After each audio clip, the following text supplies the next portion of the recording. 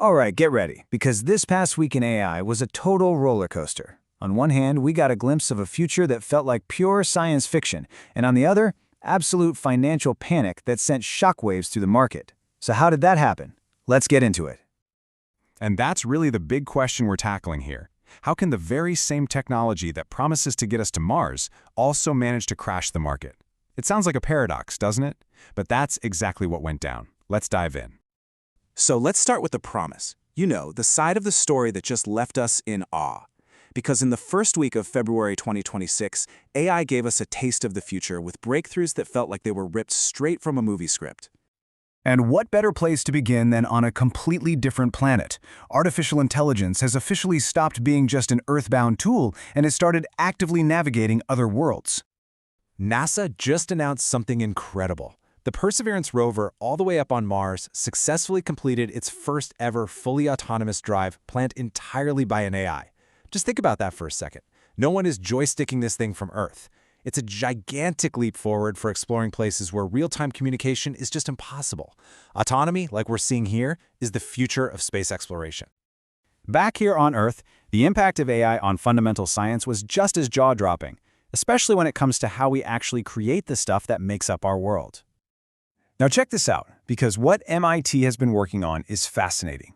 They developed something called DiffSyn, an AI that's basically like a master chef for chemistry. Instead of just predicting what new materials are possible, it gives us the exact recipe on how to create them. This is speeding up the discovery of everything from better batteries to new catalysts at a pace we couldn't even have imagined before. And it's not just about creating new things. AI is also fundamentally changing how we access and understand the massive amount of scientific knowledge we already have. Take OpenScholar, for example. It's an open-source tool that basically gave an AI access to 45 million scientific papers. The result? It can review all of that literature with the accuracy of a human expert. And what's really important here is that this democratizes access to cutting-edge science. It allows researchers anywhere to compete on a level playing field. But while the labs and space agencies were popping champagne, Wall Street was hitting the panic button. So let's flip to the other side of this story, the economic shockwave that rocked the tech industry. Yes, that number is real. $1 trillion. In just 7 days, that's the amount of value that just evaporated from the stock market for the biggest tech companies.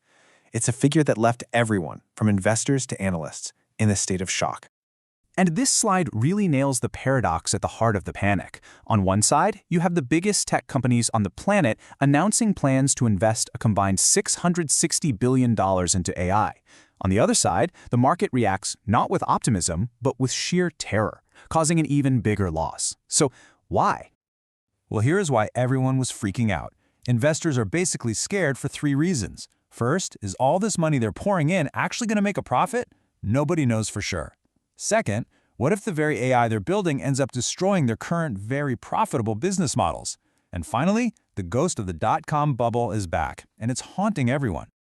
Beyond the science and the finance, this week also exposed the deep social and ethical challenges that pop up when AI starts to operate more and more on its own in our world. Before we move on, it's really important we're on the same page with this concept. An autonomous AI agent isn't just a chatbot. It's a program that can make its own decisions and take action to achieve a goal, whether that's online or in the physical world, all without a human needing to approve every single step. And that brings us to a controversial platform that made headlines, Rent a Human. Here, these AI agents can actually hire real people to do tasks they can't, like go take a photo of a specific place. This raises some profound questions, right? Like, who's responsible if something goes wrong? What is the future of work when your boss is literally an algorithm?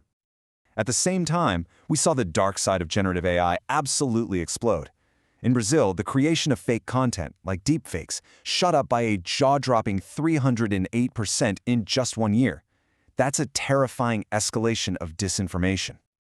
And the main target of all this fake news is crystal clear. Nearly half of all the AI-generated fake content in the country had a political angle, which just goes to show how this technology is becoming a powerful weapon for polarization and for manipulating public opinion. On a global scale, the tension ratcheted up too. In a deeply worrying move, the two biggest military powers, the United States and China, refused to sign an international declaration on the responsible use of AI in autonomous weapons systems, signaling a brand new arms race. And to complete this risky picture, a cybersecurity report sounded the alarm.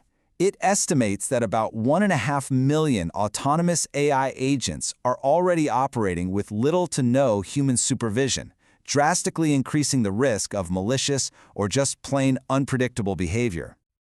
Okay, so we've been through incredible advances, financial panic, and some really deep ethical dilemmas. What can we actually learn from such a chaotic week?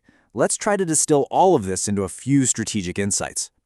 If we pull 3 lessons from this week, it should be these. First, the duality of progress. Innovation and disruption are two sides of the same coin. For every amazing step we take, like exploring Mars, a new systemic risk appears. Second, extreme volatility. The AI market is walking a tightrope, balancing between promise and fear. Confidence is incredibly fragile. And third, and maybe the most urgent, is the governance deficit. Technology is sprinting while ethics and regulation are barely walking, and that gap is dangerous. Which leaves us with one final provocative question. Are we so focused on the speed of progress that we aren't stopping to ask if we're truly prepared for the consequences, both the good and the bad? The answer to that question will define the next decade. And to wrap up, just an important reminder, this analysis was compiled from a set of simulated news reports for the period of February 1st to 8th, 2026. The whole point is to explore current trends and debates in an informative and educational way. Thanks for watching.